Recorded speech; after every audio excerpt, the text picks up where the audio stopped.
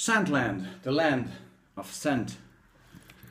Hello and welcome back. I'm Chris here with another fragrance review, and I thought today just take it easy and do a review on celebrity fragrances. Now, with celebrity fragrances is a thing that there's in the fragrance community.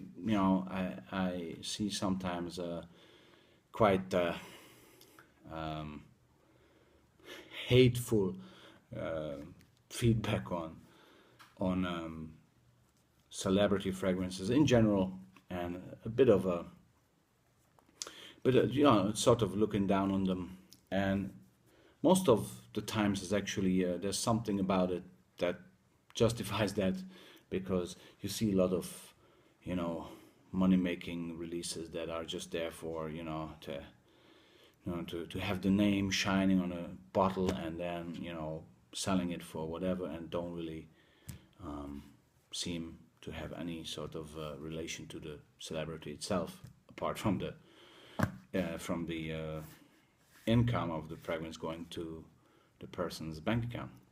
And then again, can we blame? No, because it's all about making money, the whole fragrance industry. So why do we complain? Still, I think fragrance is an art, and especially when it comes to celebrity fragrance, the fragrance itself should somehow reflect the person, right?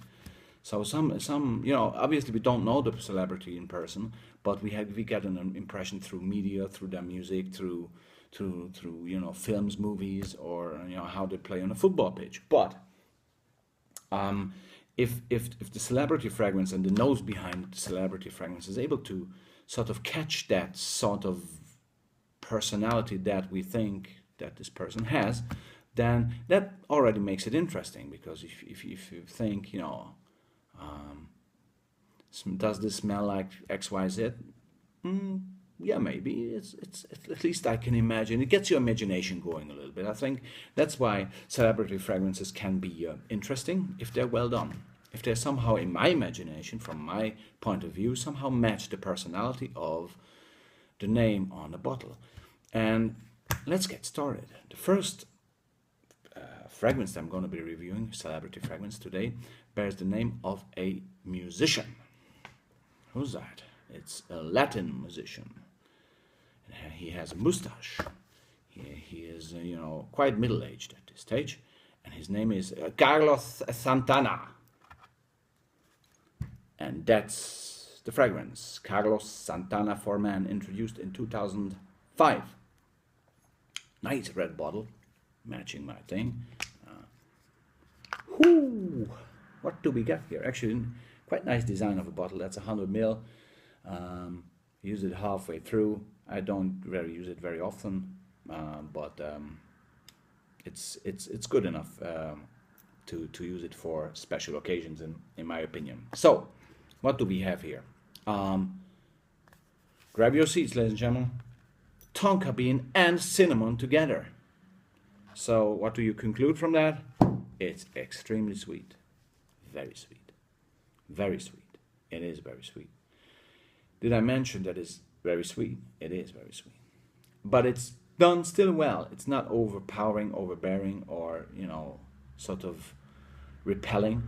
It's done in a way that it gathers compliments, because there's a little bit of a laddery aspect to it that makes it manly and makes it stand on its own feet. And the performance, projection, sillage are eau de parfum quality, and longevity, especially on clothes, amazing. So the performance of this juice is great, and it has a sexiness. It's not the Latin macho fragrance that you would imagine Carlos Santana putting out, but it's more a seductive fragrance, I think, especially for those who have this sweet tooth, or in this case, sweet nose. I think it could work and can work very well. So for the special occasions, or even dates, or for in the office, maybe a little bit too sweet. but it's good as a signature fragrance as well, because if people get used to you wearing this fragrance, might work well. Carlos Santana for men on spot number 5. Yeah, spot number 4, an actor, a French actor. Again, it's the older generation. Maybe it's a sign that I'm getting old as well. Alain Delon from France, but he has been working in Hollywood as well. And his very first fragrance was this very nice juice. Bring it to you. It's Alain Delon, the original. I reviewed this as part of my Alain Delon fragrance review. And this is fantastic. Aldehyde, honey, pine tree, very warm, very nice.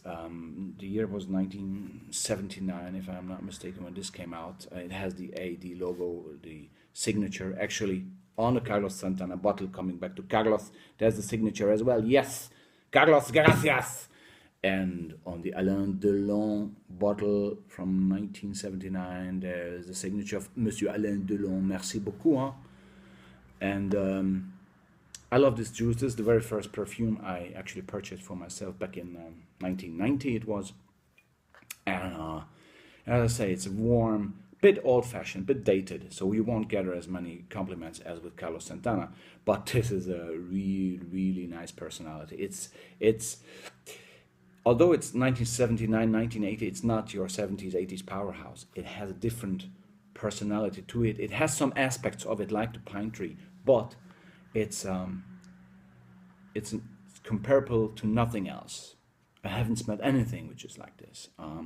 You know, at this day and age, you won't gather many compliments. Actually, I had 2 people saying, "Oh, it's a strange thing you're wearing," but I don't care. You know, I'm like Alain Delon himself. I don't care.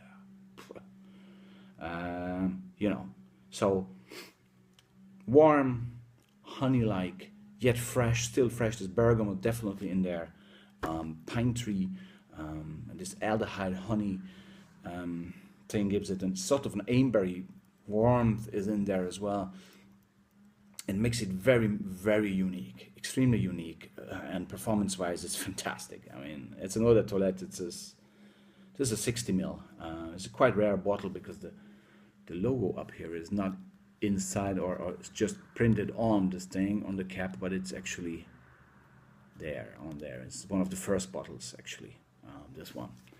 And so I love this to bits. Always coming back to it in the winter time, fall winter. While with the Santana is an all year around scent, I think this is more fall winter, but maybe also because it triggers quite some memories with me from those days in the winter and fall. So Alain Delon. There's another one called Classic. That's not the same, right? This is the original Alain Delon AD from 1979. Spot number 3. Yes, another actor, this time from the USA. An icon. I reviewed his fragrances. And this one, the more I wear it, it's just mind-blowing, guys. Like the man himself was. Steve McQueen. This is from the line Steve McQueen. It's called Extreme, right? It's up there, actually, like this, right? No, I don't know. Yeah, Steve McQueen Extreme. Very funky bottle, and it's so cool. This stuff, it is really like the king of cool, really. It's a woody aromatic fragrance that has this sort of clove, pomegranate feeling about it. So it's a bit fresh, but the cloves give it this stylish to the end stuff style. At the very, very beginning, the top notes is a bit similar to one of the John Varvados'. I just found that out by trying one of those. That it bears some similarity, but just the top notes, right? But the clove and pomegranate, and then the woody aspect to it gives this a fantastic personality. It's just mind-blowingly good, and the performance. It's an eau de parfum, 100 ml. The performance is just amazing. Steve McQueen Extreme. one of the best celebrity fragrances in my opinion. It's amazing, really fantastic. This pomegranate clove thing with this woody aromatic base. Goodness me, it's so nice. Then, you know, I cannot be really impartial. So on number 2, there's another fragrance which actually gets a lot of love in the fragrantic community. It's very rare, and it's from that Frenchman again. It's Alain Delon again. Oh, again that guy. Iquitos, mesdames et messieurs, named after a city in the Amazonas, a dangerous city, just like Marseille, Delon said. And this juice is like, look at the bottle. It is an eau de toilette, right? Released in 1987. And this is just one of the. It's like, it smells like the rainforest, really, but not just the plain watery or fougere aspect. No, it has everything you want. To me it's a rose fragrance mostly, but it has coconut in there. It has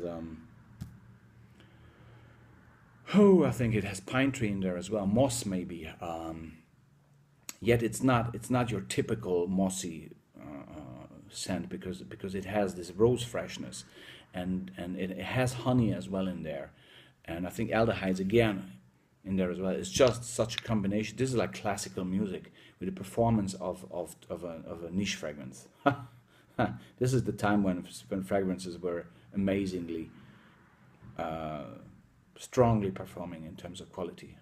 This Iquitos from Alain Delon from '87 is just, it's not for everybody, right? It's not for the office. It's for going into the opera or having a nice dinner, or very much into the nightlife sort of thing. It's not your typical daytime, although it possesses enough freshness to get you across as a energetic and well-dressed person during the day. However, at the modern age, this will come across as maybe too much or too cloying or too strange, because it doesn't fit into the regular mainstream taste. Alain Delon Iquitos. Fantastic. And then, last but not least, actually, on spot number 1, my all-time favorite celebrity fragrance. I think nothing can knock this one off the first spot, even though I'm highly addicted to Alain Delon. Nothing matches this baby, named after a German actor. His name begins with a K. And his second name begins with a K as well. And the guy was named, the name of the guy was Klaus Kinski. And he died in 1991. He was an extremely weird, vicious, yet very interesting genius of German and international cinema, French, Italian, Hollywood, you name it, really. He was definitely a world star. His daughter is Nastasia Kinski, and he has a son as well. He passed away in 1991, and in 2001 they brought out this fragrance in order to commemorate the passing, the 20th anniversary of his passing. And this fragrance, ladies and gentlemen, is castoreum and hash, or weed, or marijuana, whatever you call it.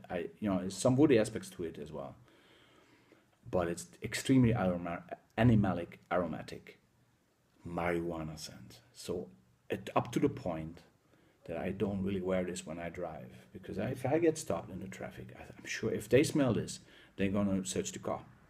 There's no question. They're gonna search the vehicle. You step out of the car, go to the side. We get a dog, and we go to sniff dog, and we're gonna search your bloody car all the way through, because we are sure that there's weed in there somewhere, man. No, I'm just wearing Klaus Kinski. Wearing what? You wear the actor, if they even know him. Klaus Kinski. I can't tell anything else about this fragrance, just the fact that it's animalic and aromatic. Fantastic performance. Eau de parfum. It's not for everybody. It's not even a fragrance. It's a statement. It's not something you want to wear in the office, or it's maybe a signature fragrance for a weird guy, but it's just the best celebrity fragrance that I can think of. Thanks very much for your attention. It was a pleasure. Talk soon. Hope you enjoyed it. Cheers.